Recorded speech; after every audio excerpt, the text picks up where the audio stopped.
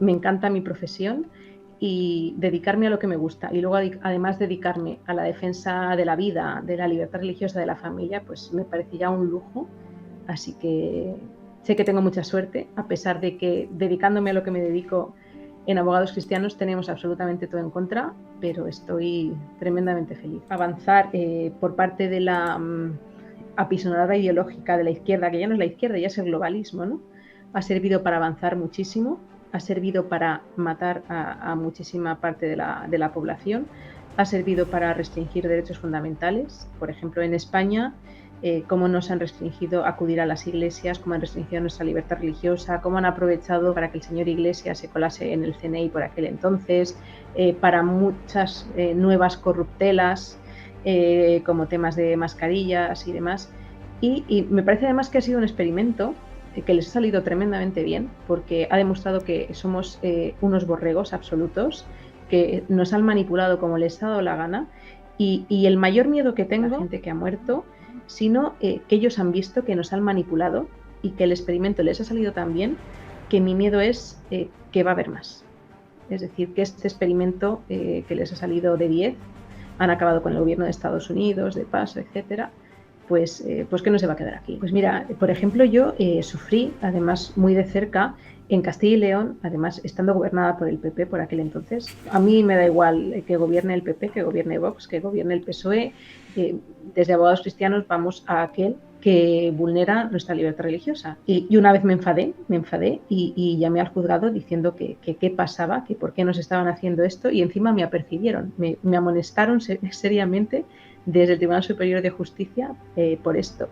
Entonces, finalmente, a base de insistencia, que yo creo que al final es el secreto, la insistencia, la fidelidad, la lealtad, acudimos al Tribunal Supremo y el Tribunal Supremo nos dio la razón y por lo menos pudimos ir a los oficios en Semana Santa. Un matiz es muy importante. Ten en cuenta que vivimos en un mundo de miedo. De miedo. Sí. E históricamente las iglesias han sido casi lugar sagrado. Y delante del juez le dije a la policía, me parece una vergüenza que hagáis esto. Digo, no tenéis valor de hacerlo con los ocupas y lo tenéis que hacer con 4 personas mayores que estaban en la catedral. Digo, me pareció vergonzoso. Tus derechos más importantes, aparte del derecho a la libertad religiosa y esos desalojos que fueron tremendos, es el derecho a la libertad de circulación, de poder salir y bueno, de poder pues ir a ver a tu familia. Entonces, las Navidades, cómo nos han tratado de estar solos. Y bueno, todo esto al final entra de esta estrategia del globalismo, ¿no? De crear personas sin fe, sin familia, sin patria, prácticamente sin alma, y que entonces, como se ha visto, pues nos puedan manipular, nos puedan hacer de nosotros lo que les dé la gana. Luego, además, si le añades ya el miedo, pues que ya es el completo, ¿no? Respeto, por supuesto. Pero te han metido miedo, seas creyente o no. Y cuando el miedo te llega al corazón de oscuridad, necesitas sujetarte a algo que te dé fuerza. Fuerza.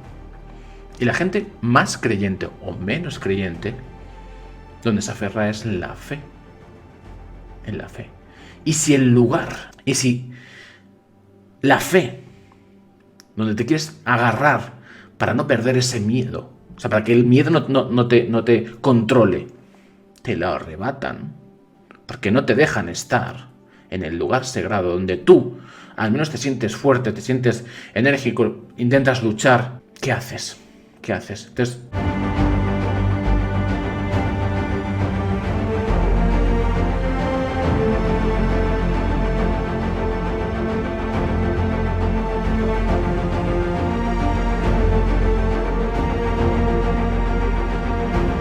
pues estamos en directo. Buenas noches, bienvenidos al canal de los sueños. Hoy estamos con Polonia Castellanos, abogados cristianos, presidenta, responsable, yo creo que un poquito de todo, porque usted, aparte de ser presidente de la Fundación Española de Abogados Cristianos, haces muchas más cosas. Polonia, para toda la gente que no te conozca, la gente que vaya llegando, Haznos un poquito una presentación de quién eres, lo que quieres contar, la parte personal que quieres contar, profesional, abogados cristianos, y cuál es su objetivo. Y a partir de ahí empezamos a entrar en materia. Buenas noches. Vale, lo primero trátame de tú, porque me acabas de decir que soy joven, así que te tomo la palabra. Y pues soy castellana, además de pillarme castellano, soy castellana, nacida en Valladolid y con mi familia toda de Zamora. Entonces soy como la tierra, ¿no? Soy un poco seria, pero soy de estos amigos que si es como la tierra árida de Castilla, somos secos, somos un poco rancios, pero somos muy fieles. Entonces, un amigo castellano es un amigo para toda la vida. Además, somos y soy de las personas que dicen las cosas a la cara. Cuando algo no me guste, cuando algo me gusta, yo lo digo toda la cara y trato de no callarme prácticamente nada. He aprendido a saber cómo decir algunas cosas, ¿no? Sobre todo para que no hieran, pero soy de las personas que van de frente. Y lo más importante es que estoy casada, que tengo 3 niñas, que soy católica y de lo cual estoy muy orgullosa y me llena toda mi vida. Y además estudié Derecho por vocación. Yo era de esas niñas que cuando se portaba mal y era bastante traviesa, y mi madre me pegaba con la zapatilla. Y, y yo le decía, como me pegues te denuncio. Y ya por aquel entonces, ya con 3 años, ya pues ya me gustaba todo el mundo de la abogacía, de la justicia. Entonces saqué muy buenas notas, he sacado muy buenas notas siempre, sobre todo saqué bastantes buenas notas en selectividad y decidí hacer Derecho, que era, pues bueno, para algunos era una decepción porque Derecho era entrar con un 5 raspado, ¿no? Pero yo me ha gustado siempre el Derecho, soy abogada por vocación, me encanta mi profesión y dedicarme a lo que me gusta. Y luego, además, dedicarme a la defensa de la vida, de la libertad religiosa de la familia, pues me parecía un lujo. Así que sé que tengo mucha suerte, a pesar de que dedicándome a lo que me dedico en Abogados Cristianos tenemos absolutamente todo en contra, pero estoy tremendamente feliz. Vamos a ir de menos a más porque al fin y al cabo a mí me gusta profundizar con todos mis invitados, sobre todo para dar ejemplo. No se trata solo de contar una historia o de contar una profesión o de explicar una causa. Se trata de explicar el motivo de por qué se hace esa causa, ¿no? Porque vivimos en un mundo donde los que se cuestionan el relato único prácticamente son apestados, son abnegados, son apartados de la sociedad y son, bueno, ya luego ya pues la nomenclatura que se van inventando según el momento, fachas, negacionistas, velejías, ovejas negras, no sé, depende quien lo pregunte, ¿no? Entonces es muy importante saber los motivos, lo que le hace a uno tomar una decisión u otra, porque parece que bueno, pues no sé, yo tengo muy claro que el contenido que hago no es para el 90% de la sociedad, es para el 10, para el 5% de la sociedad actual, porque el otro 90% me hace la cruz directamente. Pero bueno, más divertido. Quiero saber qué verdades y qué mentiras, Polonia, te has encontrado en cuanto has empezado a indagar en lo que estamos viendo en los últimos 2 años. Pues mira, hay cosas que no tengo muy claras, pero hay cosas que sí. Avanzar por parte de la apisonada ideológica de la izquierda, que ya no es la izquierda, ya es el globalismo, ¿no? Ha servido para avanzar muchísimo, ha servido para matar a muchísima parte de la población, ha servido para restringir derechos fundamentales. Por ejemplo, en España, cómo nos han restringido acudir a las iglesias, cómo han restringido nuestra libertad religiosa, cómo han aprovechado para que el señor Iglesias se colase en el CNI por aquel entonces, para muchas nuevas corruptelas, como temas de mascarillas y demás. Y me parece además que ha sido un experimento que les ha salido tremendamente bien, porque ha demostrado que somos unos borregos absolutos, que nos han manipulado como les ha dado la gana. Y el mayor miedo que tengo, la gente que ha muerto, sino que ellos han visto que nos han manipulado y que el experimento les ha salido tan bien que mi miedo es que va a haber más. Es decir, que este experimento que les ha salido de 10, han acabado con el gobierno de Estados Unidos, de paso, etcétera, pues que no se va a quedar aquí. Y lo próximo, pues no sé qué va a ser, porque se ha demostrado que somos muy manipulables. Y además han hecho un 2 por 1. Por un lado, han hecho un experimento que les ha salido muy bien y además lo han sabido monetizar muy bien. Por supuesto, sí. ¿Desde qué punto hablas de derechos y libertades? Quitarte derechos y libertades ahora, para lo que se viene es peor. Polonia, coméntame algunos, porque si no podemos tirar 3 días hablando de todos los derechos y libertades que nos han quitado, y algunos decretos leyes que han metido, es decir, cosas muy heavy para la ley de seguridad nacional, por ejemplo, ¿no? Es decir, cosas muy heavy y que siguen haciendo, y esto es tremendo. O sea, empiezas a rascar en cada ley, cada decreto ley que van metiendo, y como te informes un poquito te echa la mano a la cabeza. Pero cuéntanos alguna de los Polonia, de los derechos y libertades que nos han ido quitando. Pues mira, por ejemplo, yo sufrí, además muy de cerca, en Castilla y León, además estando gobernada por el PP por aquel entonces. A mí me da igual que gobierne el PP, que gobierne Vox, que gobierne el PSOE. Desde Abogados Cristianos vamos a aquel que vulnera nuestra libertad religiosa, sea quien sea. Pero a mí me dolió especialmente en Castilla no poder ir a misa. No poder ir a misa porque la Junta de Castilla y León, el gobierno autonómico, había establecido que en las iglesias y en las catedrales, con independencia de su aforo, solo podía haber 25 personas, incluyendo el sacerdote. Entonces, decirte que en la Catedral de Burgos o que en la Catedral de León, que son tremendas, aparte de maravillosas, solo podía haber 25 personas. ¿Qué tal? ¿Cómo estás? ¿Te está gustando la entrevista? Si te está gustando la entrevista, pues dale un like. ¿Qué te cuesta? Si es gratis. Y además, si llegamos al objetivo, subo entrevista nueva. Además, si llegamos a un objetivo más potente, a este invitado le vuelvo a traer al canal. ¿Vale? Dale like y por supuesto suscríbete, que es absolutamente gratis. Venga, ya te dejo con la entrevista. Pero dale like, que no te he visto. Venga, like, que no cuesta nada. Vale, te dejo la entrevista. Y tú ir a comulgar e ir a misa y a rezar y ver que no podías entrar, y peor aún, ver que entrabas tú, pero que había una persona mayor o un matrimonio que se quedaba fuera, a mí eso me dolió muchísimo. Y ver cómo la Junta limitaba un derecho fundamental como es la libertad religiosa, recogido en el artículo 16 de la Constitución, me dolió muchísimo. Y recuerdo además que eso nosotros interpusimos medidas cautelares y el Tribunal Superior de Justicia nos la rechazó. Nos la rechazó de forma sistemática. Y además era muy curioso porque nosotros tratábamos de salvar por lo menos la misa de los domingos. Entonces, estas prohibiciones de culto se ponían los miércoles porque las medidas cautelares se tienen que dictar en 48 horas. Entonces, ponían la limitación de culto el miércoles, nosotros rápidamente recurríamos para tratar que el viernes nos diesen la razón y así poder ir a misa por lo menos el domingo, y entonces el juzgado se entretenía. Nos pedía que nos faltaba no sé qué cuando lo habíamos aportado, que nos faltaba no sé cuál.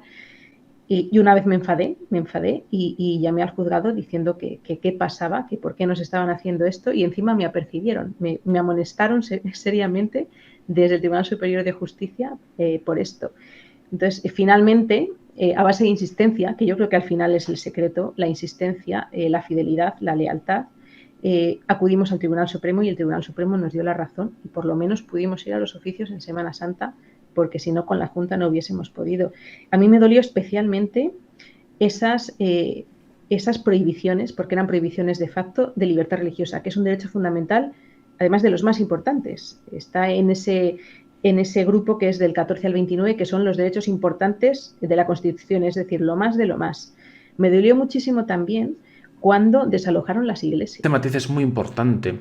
Ten en cuenta que vivimos en un mundo de miedo. Sí. E históricamente las iglesias han sido casi lugar sagrado. Es decir, si hay una guerra, un ciudadano está en mitad de esto es por el matiz, ¿no? Del que estamos hablando, de oye, no es que no me han quitado el bar de enfrente, me han quitado, es decir, te han quitado un lugar sagrado que en un conflicto bélico es intocable. sí. Es intocable. Entonces, este matiz es muy importante desde el punto de vista legal al, Sí. bueno, más sagrado emocional que hará, o espiritual, que hará también, ese es otro punto que ahora lo trataremos también, pero es súper relevante como la gente que se quiere guardar en su fe o en lo que sea, también le ha quitado los lugares sagrados. Perdona, que es que era un matiz que creo que es Es fundamental. verdad, no, es que tienes toda la razón. De hecho, tenía y sigue teniendo su propia, por decirlo de alguna manera, su propia jurisdicción. Es decir, la policía en principio no puede entrar en la iglesia si no es llamada para ello. Es como entrar en tu casa, de hecho, ¿no? Claro.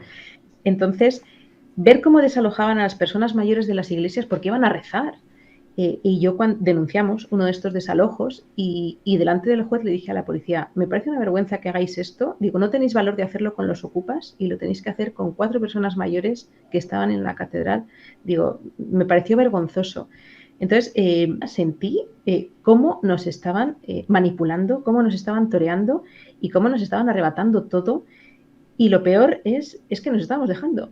Es decir, es que nadie protestaba. Yo no sé si el miedo, si la incertidumbre, sí que, pero es como nos estábamos dejando. Mira, el otro día, que también se me ponían los pelos de punta, llevamos el caso de una cruz que retiraron de la fachada de una iglesia en Galicia.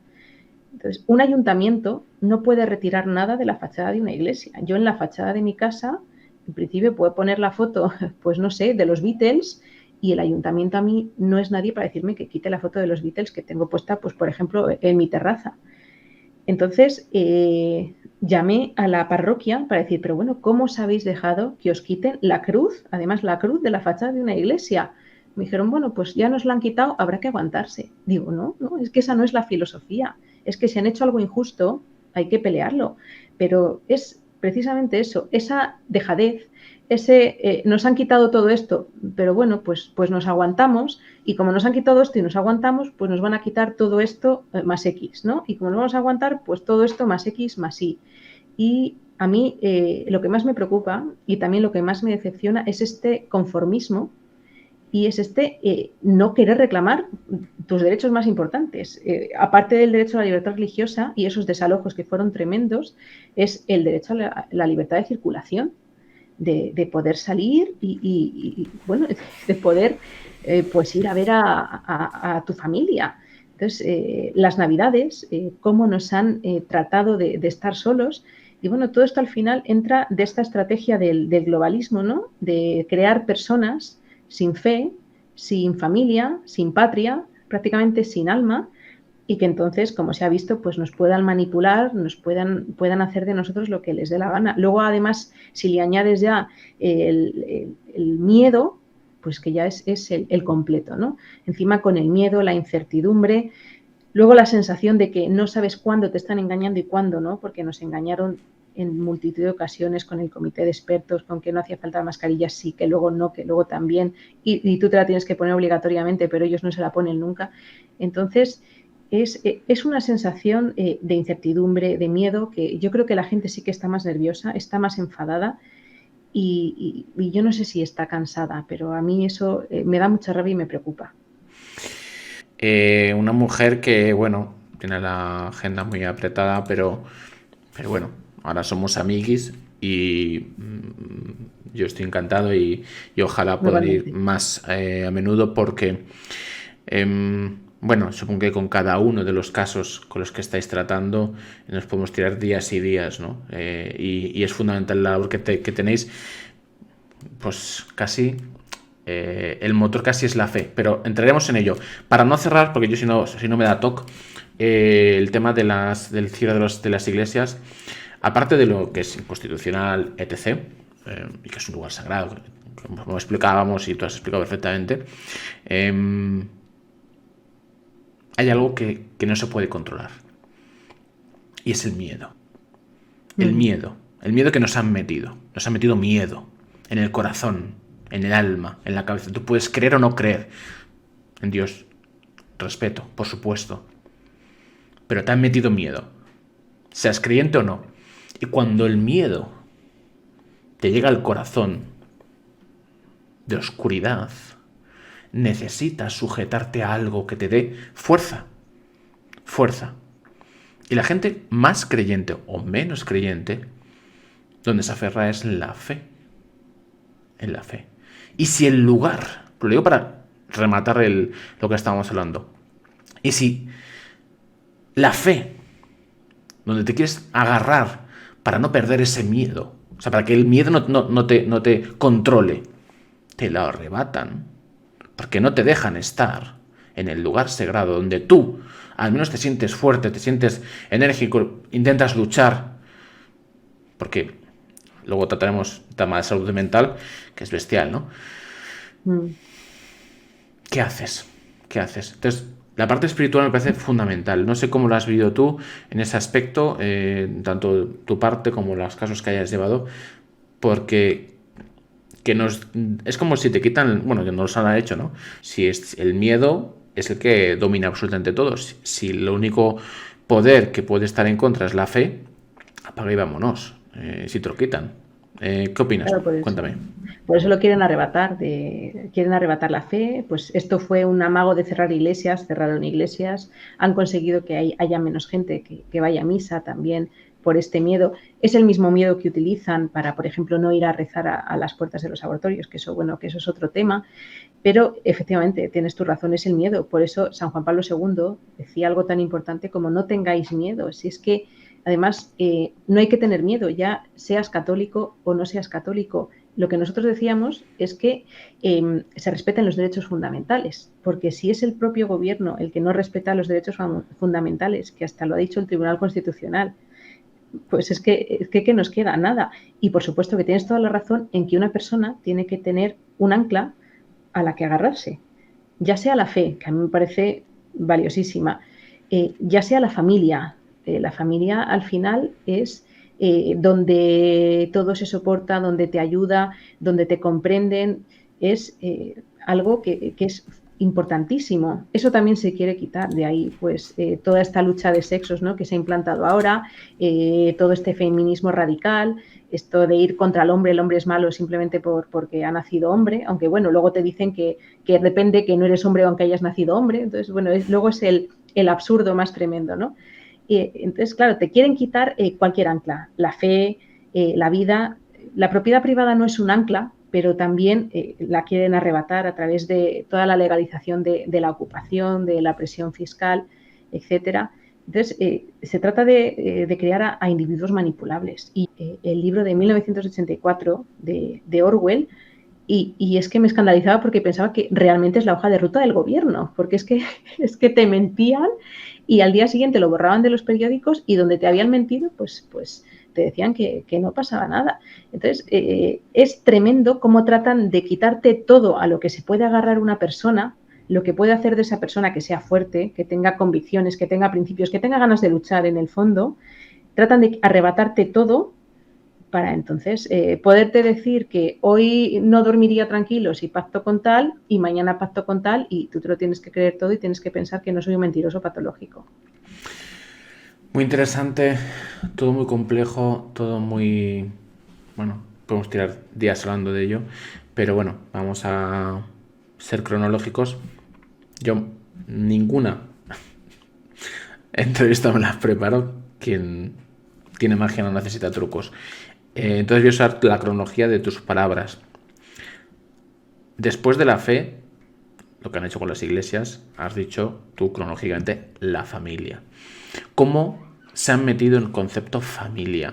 Porque yo esto lo hago directo todos los días, a partir de las 11:30, y lo digo con mis seguidores, ¿no?, en mi comunidad. Digo, bueno, yo puede haber un politicucho que diga no sé qué, no sé cuánto y tal y cual, y bueno, pues le puedes hacer más caso, menos caso, etc. Pero la movida es cuando ese miedo, ese veneno, se mete en sus lacayos. Primero los medios de comunicación para que ese mensaje se difunda, y luego en tu familia, en tus amigos, en tus compañeros de trabajo, tu jefe, tu equipo, lo que es quien sea, ¿no? Es decir, tu círculo, que son los que realmente te meten el veneno y te hacen sentirte mal, hasta cosas y situaciones muy, muy heavies que han costado vidas y que, bueno, si quieres luego desarrollamos. Pero ¿cuál es tu punto de vista de cómo han... en ese punto y en muchos más? Porque Aquí tocamos todos los temas complejos, el adoctrinamiento que has hablado de los niños, el fomento de la homosexualidad, es decir, aquí lo que mola es ser no hetero. Todo lo que sea hetero estás cancelado de por vida. La destrucción de la familia, el tema del aborto, es decir, es una locura cómo están destrozando las familias. ¿Cuál es tu punto de vista? ¿Por qué crees que pasa todo esto? ¿Qué cosas ves a nivel legal, ¿no? De actos para destrozar a la familia? ¿Cuál es tu opinión, Polonia? Pues mira, es evidente cómo están tratando de destrozar a la familia. Es que tanto al gobierno de España como al globalismo, ya hablando de forma más general, las personas no les interesamos absolutamente nada. Es decir, el que piense que este gobierno en concreto o el plan globalista vigila por los ciudadanos o tiene algún tipo de preocupación por los ciudadanos o por las personas, es que es un necio. Es que a este gobierno, al globalismo, las personas no le importamos absolutamente nada. La destrucción de la familia, pues es evidente, se empezó con la destrucción de la mujer, porque la mujer en el núcleo de la familia es muy importante. La mujer pues tiene la posibilidad de dar vida, no solo ella, por supuesto, que necesita la ayuda del hombre, pero la mujer es algo fundamental. Entonces, lo primero, el aborto. El aborto a una mujer la destroza, que nos digan lo que les dé la gana, pero el aborto a una mujer la destroza, porque eso que tú, al final, hay un dicho que dice, Dios perdona siempre, el hombre a veces y la naturaleza nunca. Entonces, ir en contra de la naturaleza. ¿Puedes volver a decirlo? Porque es maravilloso, sí. Lo que acabas de decir. Dios perdona siempre, Dios perdona siempre, el hombre a veces y la naturaleza nunca. Total. Entonces, el aborto, que es que una mujer mate a su propio hijo, eso la naturaleza no lo perdona. No lo perdona y eso a la mujer, por supuesto, que conlleva que va a tener secuelas toda su vida, tanto físicas como psicológicas. Entonces, el aborto ya es destrozar a la mujer y destrozar a la familia. Y nosotros en Abogados Cristianos hemos visto casos tremendos. Cuéntame alguno. Con nombres y apellidos.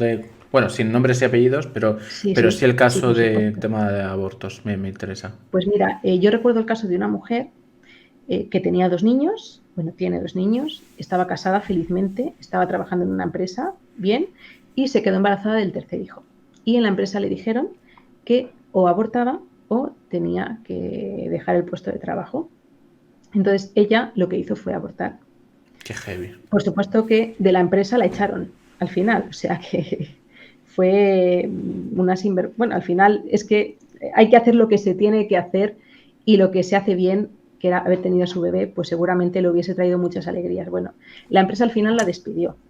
Ella sufrió todas estas secuelas que no nos cuentan, sufrió muchísimos problemas psicológicos, depresiones, intentos de suicidio.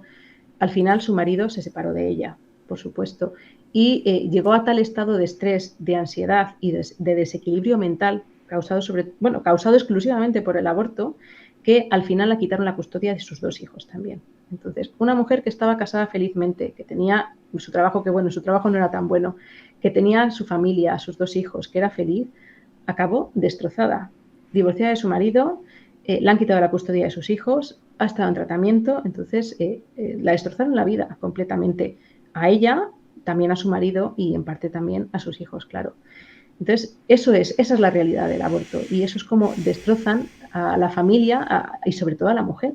Entonces, si eres feminista, yo he visto cómo han sufrido las mujeres con el aborto. Para ser provida no hace falta tener la Biblia en la mano, sino tener una ecografía. Para ser feminista hay que estar en contra del aborto, porque yo que he visto el sufrimiento de estas mujeres, de esta mujer en concreto, jamás podría apoyar el aborto. No solo por ser católica ni por ser mujer, sino porque he visto lo mal que lo han pasado las mujeres. Entonces yo no quiero eso ni para mí ni para el resto de mujeres, porque ese sufrimiento, ese destrozarte la vida, me parece que es muy machista, precisamente, es muy machista, porque es acabar con la mujer.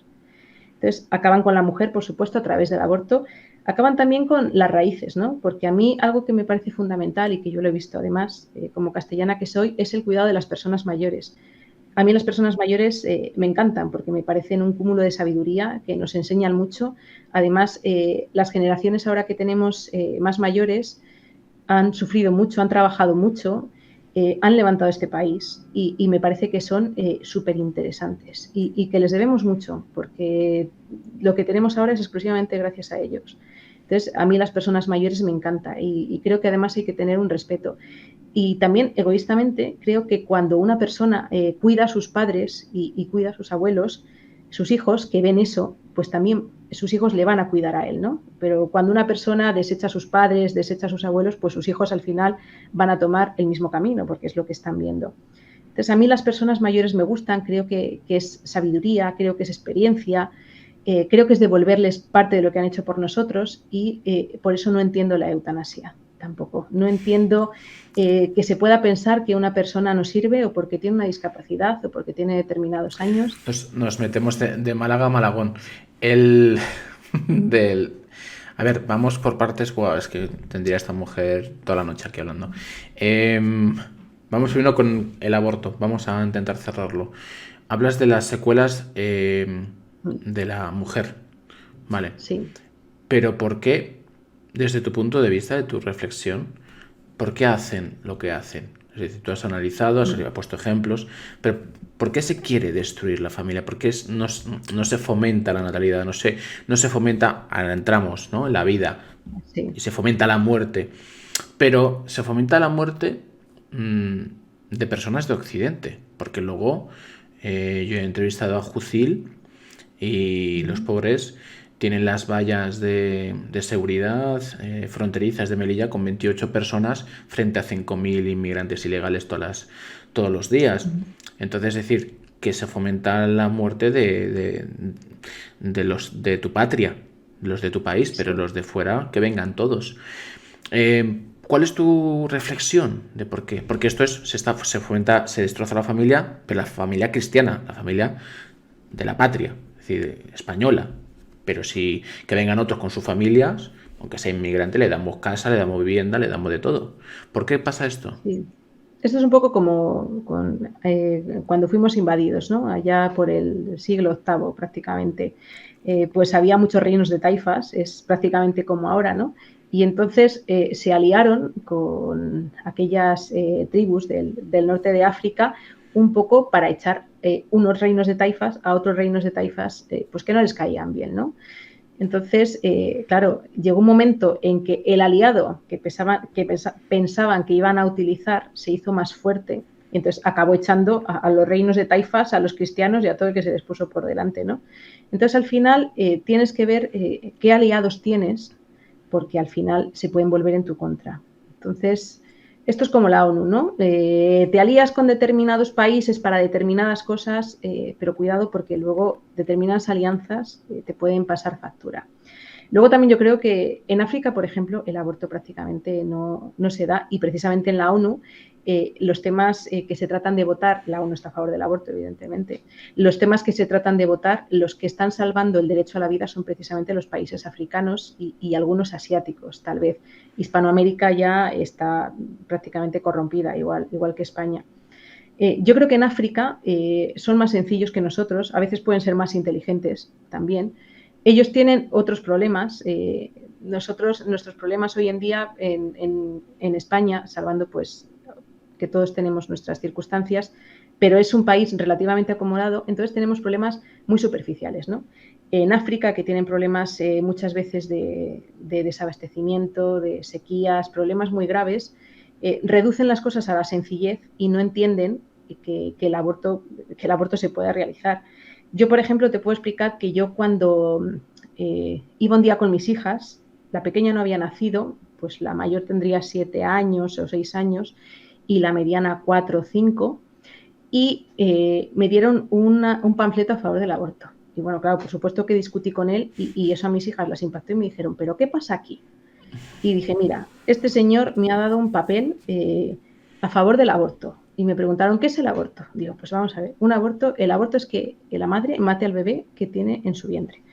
Y mis hijas de 7 años, 5 años, en su sencillez, no entendían que una madre pudiese hacer eso a su bebé. Decían, no, ¿cómo va a hacer eso una madre? No, te estás equivocando, eso no puede haber nadie que lo haga. Digo, sí, que quieren que lo hagas y además lo estamos pagando todos, nos están quitando dinero para pagarlo. No, eso no se puede hacer. Entonces, ellas en su lógica, que la lógica de un niño a veces es aplastante, no podían entender que una madre pudiese hacer eso a su propio bebé. Entonces, tratan de eso, bueno, se han buscado alianzas, yo creo que peligrosas.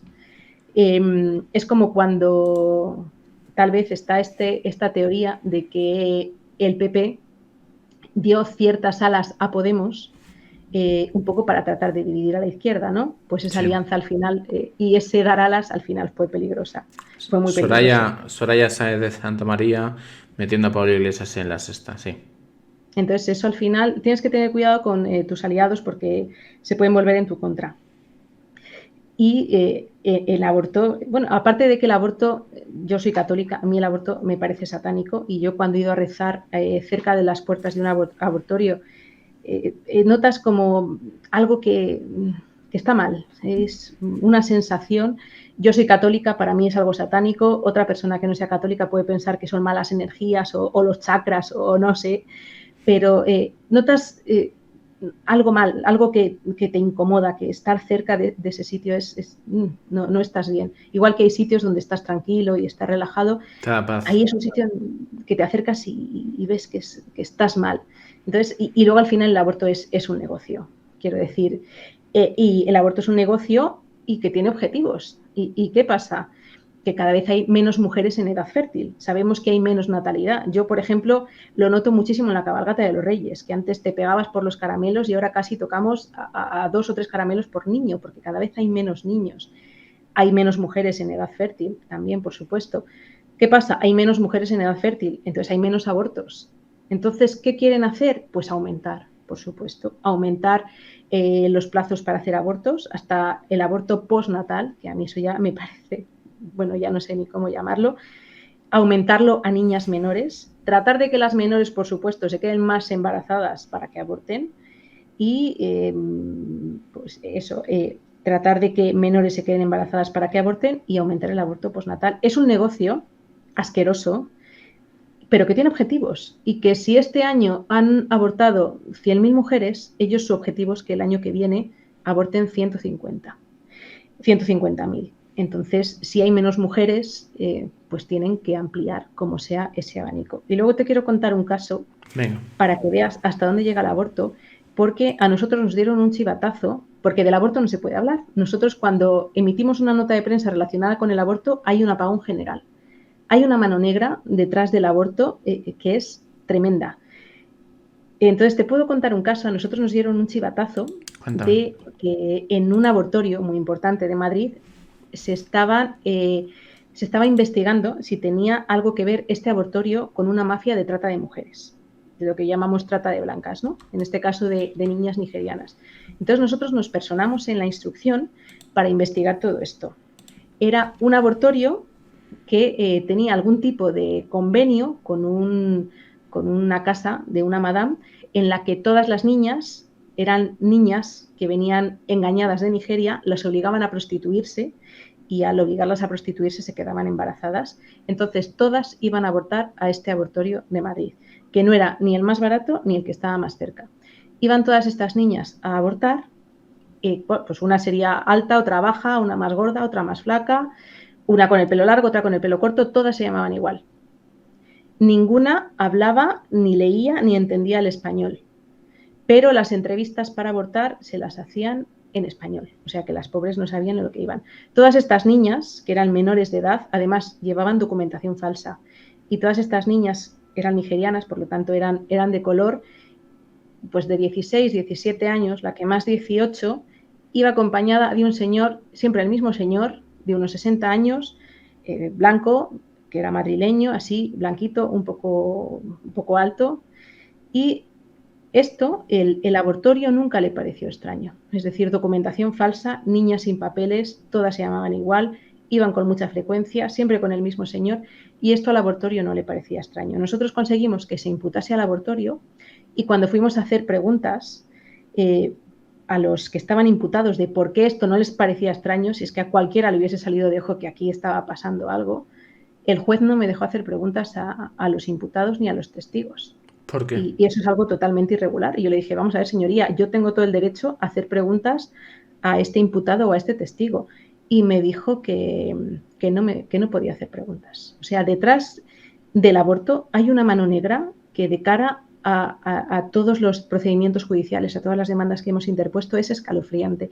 A estas niñas nigerianas las amenazaban con vudú para que fuesen a abortar, porque muchas además se negaban a abortar, o sea que las obligaban a abortar, algo que además también es un delito, pero que tampoco le importó al juzgado. Y en el expediente nos encontramos con los tarros del vudú, de restos de animales muertos y demás, claro, quemados y todo lo demás. Te puedo decir que además cuando hay algún tema de abortos en el juzgado desaparecen páginas del expediente, es decir, judicialmente todos los expedientes están numerados desde el 1 hasta la página 500 o 600. Pues con los temas del aborto te puedes encontrar que desde la página 450 a la 550 de repente no está, algo que es tremendamente irregular. Que te tienen que pasar documentación y que te la esconden. O sea, el tema del aborto es, aparte de, desde mi punto de vista, ser satánico, es un negocio que mueve tantísimo dinero que yo no sé qué mano negra hay detrás, a quién compran, a quién chantajean, a quién mete el miedo, pero es tremendo. Me está dejando esta mujer. Ya estás fichada, ¿eh? O sea, bueno, sé que tiene súper lío pero se tiene que saber estas cosas. Es fundamental que se sepa, porque no se trata de abrir mentes que no se quieren abrir y jamás se abrirán, pero con que el 10% de la población, 20% de la población sepa estas barbaries, creo que podemos cambiar cosas y creo que podemos hacer algo. A menos que no nos manejen como nos quieren manejar, al menos que nos manejen de otra manera, pero no a su merced. No tendrás nada y serás feliz. Es una frase maravillosa que últimamente se utiliza mucho. La Agenda 2030. No tendrás hijos, no tendrás comida, no tendrás un coche, no tendrás trabajo, no tendrás familia, no tendrás fe, no tendrás de nada, pero serás feliz. Hay ciertos patrones de estos globalistas maravillosos que cada punto es más escalofriante que el anterior. Los hemos tocado, los estamos tocando. Uno de ellos es el tema del aborto. Otro es la eutanasia, que ahora lo desarrollamos. Otro es el adoctrinamiento de los niños, que es una locura. Creo que acabas de relatar con el tema de los casos abortivos de las nigerianas, chicas menores de edad que abortan y son menores de edad. Es decir, que esto es otra cosa, ¿no? Entonces, vamos a intentar, aunque sea pinceladas, ¿no?, de cada uno de estos temas. Tú habías cronológicamente ya entrado en el tema de la eutanasia. Entonces, bueno, no sé, yo escucho cosas cada vez más sonrojantes, todo el Parlamento aplaudiendo nueva ley de la eutanasia, venga a matar gente. Han pasado algo oscuro en las residencias, que no sé hasta qué punto se sabrá el 100% de la verdad de lo que ha ocurrido, pero es bastante oscuro y, como tú decías, satánico. Y bueno, se quieren aprobar cosas que asustan, ¿no? A partir de los 60 años, opcional, la eutanasia, que alguien venga a darte una pastillita a tu casa, no sé, cosas muy heavies, muy oscuras, muy satánicas, que me hacen... Intento pellizcarme cada vez que leo algo de esto digo, estoy en una pesadilla. Digo, entré en esta pesadilla en 2019, 2020 y es que no he salido, es que estamos cada vez peor. Entonces, Polonia, eutanasia, cuéntame todo lo que quieras hablarme de este tema. Pues mira, la eutanasia es el mismo negocio que el aborto, es el mismo negocio repugnante y que además es que están los mismos. Es decir, la misma que tiene un abortorio en Asturias es que forma parte de la Asociación Pro Eutanasia de Asturias. Que, por cierto, te voy a hacer una pregunta. El dinero que se llevan los abortorios, y ahora seguimos con la eutanasia. Imagínate una habitación de 30, 50 metros como mucho. Vamos a ponerle en esa habitación una camilla y una mesa de recepción, porque solo se realizan abortos farmacológicos. Son abortos iguales, es decir, se destroza al bebé y se destroza a la madre, pero solo se realizan abortos farmacológicos. Entonces, es como es tomarte una pastilla, pues una recepción, una caja donde ingresan todo el dinero y una camilla para que se siente, le dan la pastilla y la mandan para su casa, porque ni esperan, a pesar de que esa pastilla te destroza por dentro, ni esperan a ver cómo está la madre ni nada. ¿Cuánto calculas que puede ganar solo en subvenciones, solo en dinero público, esa habitación de 50 metros al año? Sorprendente. 2,5 millones de euros. Entonces, claro, dime tú qué negocio con esa infraestructura puede ganar ese dinero al año, además asegurado, porque son subvenciones públicas. Entonces, los que están en el mismo negocio del aborto están en el negocio de la eutanasia. Pero fíjate hasta qué punto es salvaje el negocio de la eutanasia, que antes te he contado que nos suspendieron Twitter. Nos suspendieron Twitter por decir la verdad de la eutanasia, precisamente, porque es que la Asociación Pro Eutanasia, para que vaya a tu casa a liquidarte, tienes que ser socio. Es decir, no es una obra de caridad, es algo económico. Tienes que ser socio, contribuir con X dinero al mes y cuando llevas unos cuantos meses contribuyendo, entonces ya pueden ir a tu casa a liquidarte. No es algo caritativo, es económico y es un negocio satánico también, pero también un negocio. Después de ser socio y pagar una cuota unos cuantos meses, tú dices que, bueno, te exigen unos cuantos meses, además, ellos ya pueden ir a tu casa a liquidarte. Cuidado, no te aseguran que te vayan a liquidar sin dolor. De hecho, en Holanda lo que dicen es que hay agonías insufribles de hasta 2 y 3 horas. O sea que, cuidado. Bueno, pero bueno, eres socio, van a tu casa a liquidarte y antes de liquidarte te dicen que ya que eres socio y ya que te van a liquidar, que les dejes parte de tu herencia o por lo menos un legado. Y esto estaba en su página web y lo tenemos certificado notarialmente. Y por exponer esto es por lo que Twitter nos sancionó durante no sé si 3 o 4 meses. Entonces, esto es la eutanasia, que tienes que ser socio para que te liquiden y que cuando te liquidan además te piden que les des parte de la herencia o por lo menos un legado, ¿no? De algún piso o alguna cuenta bancaria. ¿Qué parte es legal de todo esto? Ninguna, porque esto es, por supuesto, que algún tipo de enriquecimiento, yo no sé si llega hasta la estafa, pero esto es tremendo, porque además es aprovecharse de gente que seguramente tenga un sufrimiento insoportable o que tenga una depresión. Entonces es gente que su voluntad no está completa, por decirlo de alguna manera, su voluntad está viciada. Mira, yo me acuerdo con mi primer embarazo, yo muy ufana, no sabía cómo iba el tema, claro, y yo pensé, yo quiero tener a mis hijas de forma natural. Y yo con la primera decía, yo de forma natural, sin apiretal, sin nada. Claro, cuando empezaron las contracciones fuertes, yo fui al médico y le dije, mira, pínchame lo que sea, me da igual, por todos lados. Entonces, es lo mismo.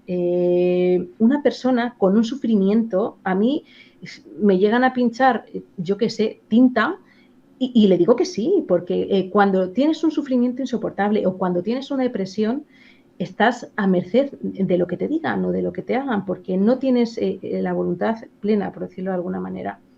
Entonces, se aprovechan de estas personas con depresión, con sufrimientos, para quitarles el dinero, para pedirles que les den parte de la herencia, para pedirles que les den un legado, y esto evidencia que es un negocio. Pero es que además este negocio lo vamos a pagar como si fuese una prestación, lo cual es una auténtica barbaridad. Y la ley de España es muy, muy peligrosa. Si en Holanda se ha demostrado que el 30% de las personas que están eutanasiando no lo habían pedido, es decir, de cada 10 personas que liquidan, 3 no lo habían pedido. Entonces ya empezamos mal.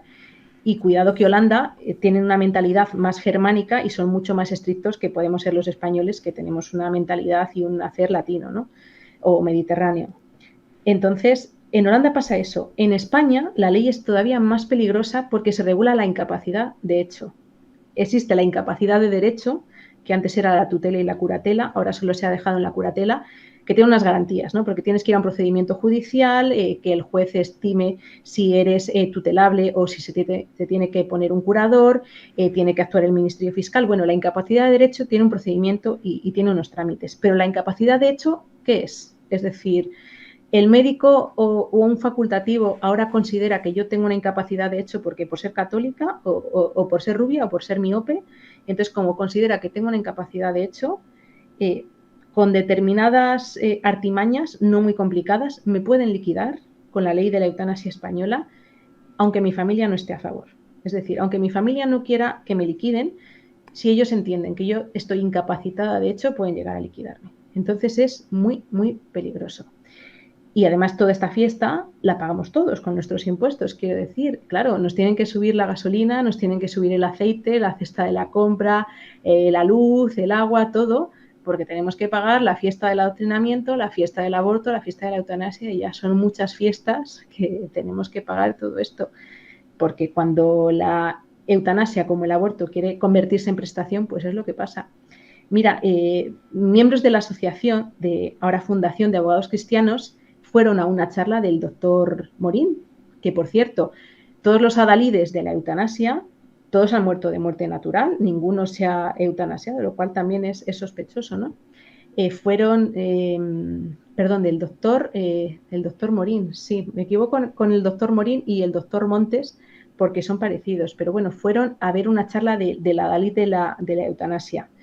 Y lo que decía es que ellos, y está en YouTube, ellos querían montar también sus propios chiringuitos, igual que el aborto.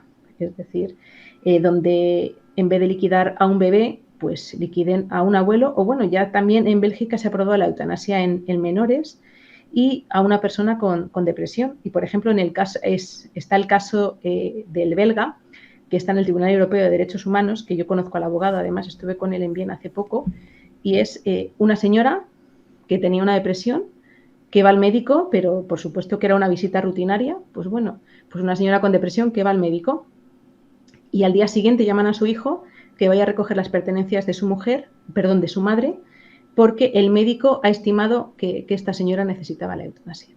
Y este hijo, pues por supuesto, ha recurrido al Tribunal Europeo de Derechos Humanos. Entonces, nos podemos encontrar cosas como estas.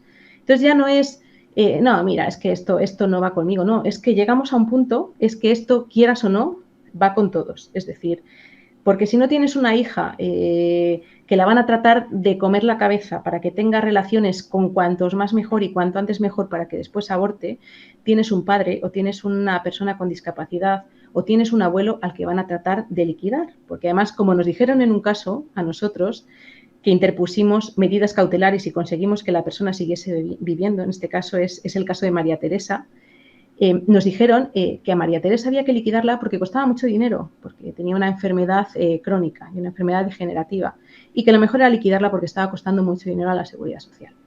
Entonces, el que no tiene, pues esta hija o esta sobrina, pues va a tener esta persona con discapacidad o este abuelo o este padre que también van a tratar de liquidar. Entonces, al final es que esto es de una manera o de otra va con todos nosotros y al final nos acaba influyendo. Por eso es el momento de plantarle cara y de hacer algo, porque es que sí que va con nosotros. Cada vez que hablas, bestial. Polonia. No sé cuál es tu reflexión con el tema de las residencias, sobre todo por desarrollar el tema de la eutanasia. Porque, bueno, antes de que se inicie absolutamente todo, se empiezan a enviar ciertos fármacos a granel a las residencias. Es decir, no se envían cosas para controlar o solucionar un problema vírico, ¿no? Sino todo lo contrario. Es decir, morfina, ¿no? De lo más así, entre comillas, light, imagínate. Morfina a granel. ¿Cuál es tu reflexión de qué es lo que ha pasado en las residencias? Supongo que por casos que habrás llevado, por tus sensaciones. Cuéntanos, Polonia. Pues yo creo que en las residencias ha sido una eutanasia generalizada, ¿no? La eutanasia también es un recorte encubierto.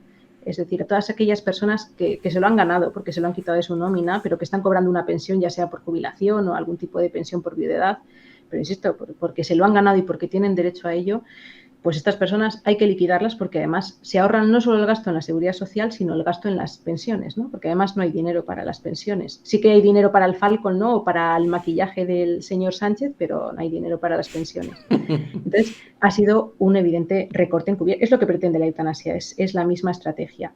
Yo tengo una amiga, una buena amiga, que es enfermera y fue de voluntaria a ayudar a estas residencias y me contaba llorando que a ella lo que peor había sido para ella de estas residencias es que las personas que estaban en las residencias no entendían cómo les estaban dejando de lado y que algunas personas como que dejaron de comer diciendo, bueno, pero ¿qué pasa aquí? ¿Por qué no pueden venir a verme ni mi familia? ¿Por qué no puedo salir? ¿Por qué me están haciendo esto a mí? Yo que he estado trabajando desde que tenía 8 años o 9 años y he ayudado a levantar este país. Entonces, cómo esas personas lo pasaron realmente mal porque no se merecían y ellos estaban dando cuenta de que no se merecían lo que estaban haciendo con ellas. Entonces, eso por un lado. Luego, los familiares que vieron que estaban acabando con sus abuelos, sus padres, sus madres y que no les dejaban hacer nada y que ni siquiera les dejaron despedirse de ellos, es una situación de impotencia, de injusticia tremenda. Y luego, la guinda del pastel es que ni siquiera se investigue todo esto. Nosotros interpusimos una querella, es una de estas famosas querellas que llegaron al Tribunal Supremo y el Tribunal Supremo nos dijo que bueno, se lavó las manos, ¿no? Es algo que suelen hacer bastante bien algunos jueces, diciendo que, bueno, que esas querellas que se turnasen en los juzgados correspondientes y que si el juzgado correspondiente veía indicios de criminalidad, pues que ya, si el posible imputado era un aforado, pues que subiese al Tribunal Supremo y si el imputado era otra persona que no tuviese estas preferencias, pues que fuese a un tribunal ordinario. Entonces dijimos, vale, el Tribunal Supremo nos dice que hay que llevarlo a los otros juzgados, lo llevamos a los otros juzgados. Lo llevamos a otro juzgado. ¿Y qué nos dijo el otro juzgado? No, es que el Tribunal Supremo ha dicho que no se puede juzgar. Dijimos, no, el Tribunal Supremo ha dicho precisamente que lo juzguen estos otros juzgados y si está aforado, pues que lo dirima otra vez el Supremo y si no está aforado, pues que lo dirima el juzgado que toque. No, el Supremo ha dicho que ya no se puede juzgar, así que lo archivamos. Entonces, además, es que han hecho todo esto, que han acabado con la vida de personas de la manera más ruin y que además se pretenden ir de rositas y que esto no tenga ninguna repercusión. Sí que todos vemos los temas de corrupción que a mí creo que a todos, ¿no? Cuando estamos asfixiados a impuestos y a presión social, estos temas de corrupción, además de millones que se te escapan ya los ceros, los llevas mal porque dices, jolín, esta gente que ha robado tanto y no devuelve nada es bastante injusto. Pero es muchísimo más injusto ver todas estas personas que tenían responsabilidad, que no han hecho absolutamente nada y que encima no pase absolutamente nada. Es tremendo. Y nosotros interpusimos una querella de la que nunca más se supo, que volveremos a interponer, por supuesto, por omisión del deber de socorro. Porque si yo cuando estaba en mi casa, y supongo que muchos, estabas viendo cómo estaban sufriendo las personas de las residencias, esta amiga mía enfermera, estaba viendo cómo estaban sufriendo, que no entendían por qué se les dejaba así de lado y se les abandonaba. Y te daban las ganas de hacer algo, ¿no? Por ayudar a estas personas y hacer algo por ellos. Pero claro, nosotros tampoco teníamos mucha capacidad de reacción, ¿no? Porque ¿qué puedes hacer? Pues nosotros tratamos de ayudar legalmente en lo que pudimos. Pero los que sí que podían haber hecho algo, porque estaban en el gobierno, estaban en la vicepresidencia y tenían responsabilidad en servicios sociales y tenían responsabilidad en las residencias, que sí que podían haber hecho algo y no hicieron absolutamente nada teniendo esa posición de privilegios, teniendo esa posición de poder hacer cosas, no hicieron absolutamente nada. A mí me parece repugnante no solo legalmente, sino humanamente. Es decir, pudiendo hacer algo por todas estas personas que estaban sufriendo y no hacer nada, es que tienes que ser muy psicópata y muy desgraciado. Totalmente de acuerdo. Ya que has hablado de tema de leyes y demás, ¿hasta qué punto? Es que no sé ni cómo enfocar la pregunta, porque considero que no hay, o sea, no vivimos una democracia, vivimos una partitocracia. El poder se lo reparten unos pocos, votamos listas que luego al día siguiente las pueden cambiar, no influimos absolutamente en nada. Ellos nombran los jueces a dedo, se los reparten y no sé, me hace sentir que estoy indefenso constantemente, porque hoy están pasando atropellos en todas las líneas, hay gente muy válida como vosotros que está, bueno, no digo casi con piedras y palos, pero prácticamente al nivel que ejercen ellos, luchando contra ellos, y a veces podéis conseguir cosas grandes, ¿no? Supongo que ahora nos contarás algún caso de que habéis ganado o luchando con esos piedras y esos palos.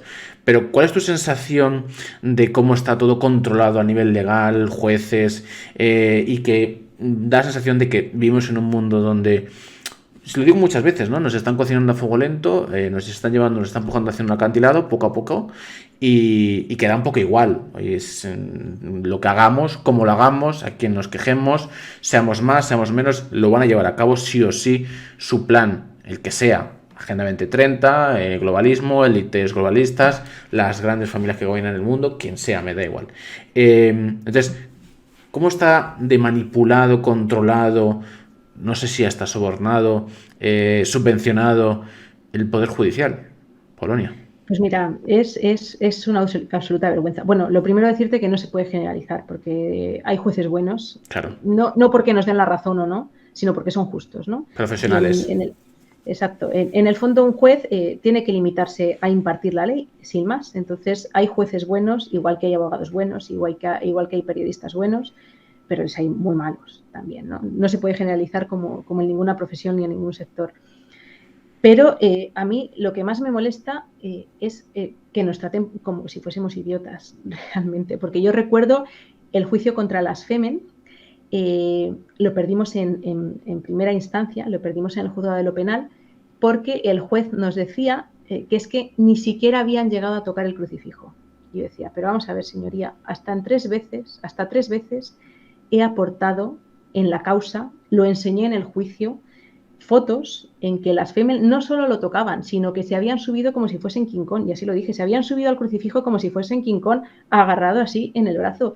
Entonces, es que además piensen que eres idiota, que te puedan engañar a la cara y que se crean que encima te tienes que quedar tan pichi y callarte. Yo cuando tengo razón soy muy cabezona y yo no me callo, pero es que te tomen por idiota. Y yo recuerdo que preguntaba a un juez de estos profesionales, y le decía, pero vamos a ver, digo, ¿qué pasa con los jueces? ¿Que están todos sobornados o qué? Por supuesto, sin generalizar. Y me decía, no, dice, mira, hay algunos que son tan tibios y tan mediocres que ni siquiera necesitan nada. Decía yo, pero bueno, entonces, ¿qué pasa? Lo mismo que me preguntas tú, ¿no? Que algunos les sobornan para hacer estas barbaridades o para escondernos como nos hacían los expedientes del aborto, les sobornan, les hacen llamadas, ¿o qué pasa? Y me decía este juez, mira, si es que hay algunos que no lo necesitan, son tan tibios, tan mediocres, tan miedosos, tan cobardes, que ni siquiera necesitan nada de esto. Son, pues, miedos, no tontos útiles, pero cobardes útiles, ¿no? Que, a ver si dicto esta sentencia, aunque la ley diga que tenga que dictar esta sentencia, si dicto esta sentencia, a ver si tal, bueno, voy a tratar de tener presión de no sé quién, de no sé cuánto. Exacto. Lo cual es una pena. Mira, yo recuerdo el primer juicio, bueno, no llegamos a juicio además, el primer caso que llevé de abogados cristianos, que es un payaso, no sé si recordaréis todos, es un payaso que se hizo famoso por comer excrementos, que salía allí por los años 90 en un programa, crónicas de no sé qué. Entonces, este señor comía excrementos, hay un refrán también que dice que eres lo que comes, ¿no? Pues por ahí va el tema también. Y pues se le ocurre ir un día a la universidad a hacer un espectáculo en el que se disfrazaba de Santo Padre, de Papa, consagraba preservativos, los tiraba. Bueno, nosotros pusimos una querella, la primera querella que pusimos, nos admitieron a trámite y, bueno, la equivocación fue ir contra el payaso, pero también contra el rector, que lo había permitido. El rector era amigo íntimo de Zapatero. Entonces, claro, ya ahí depende con quién toques, ¿no? Entonces, nos hicieron una jugada y nos apelaron, nos recurrieron la admisión a trámite de la querella. Esta admisión a trámite de la querella, pues tocó en una sala que yo, pues por curiosidad siempre dices, a ver quién ha tocado, y resulta que uno de los jueces a los que había tocado era católico practicante. Entonces yo pensé, bueno, digo, por lo menos sabrá este juez, además se puede hablar porque este señor ya está jubilado, pues este juez sabrá lo que nos ha dolido a los católicos, siendo el católico. ¿Qué juez es? ¿Has dicho que está jubilado? Sí, Trebolle. Este juez sabrá lo que nos ha dolido a los católicos que hayan hecho todo esto. Bueno, el fallo era tremendo. Este juez católico exoneró al payaso, además nos impuso las costas, de las pocas veces que nos han impuesto las costas por aquellos principios, porque decía que, bueno, que cuando consagraba preservativos, como no había dicho exactamente las palabras de la liturgia, que no podía entenderse una ofensa. Entonces dices, pero bueno, esto es una absoluta tomadura de pelo. O que cuando el payaso decía curas, violadores, pederastas, que bueno, que realmente no se refería a todos, porque también dijo en un momento esos, y entonces esos es un determinante.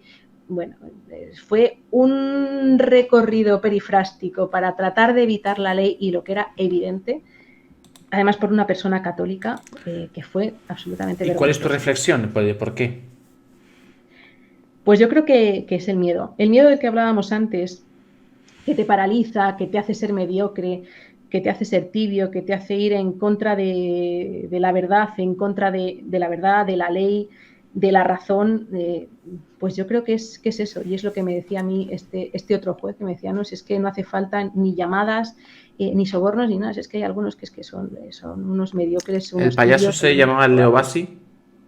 Exactamente. Tengo una comunidad muy despierta.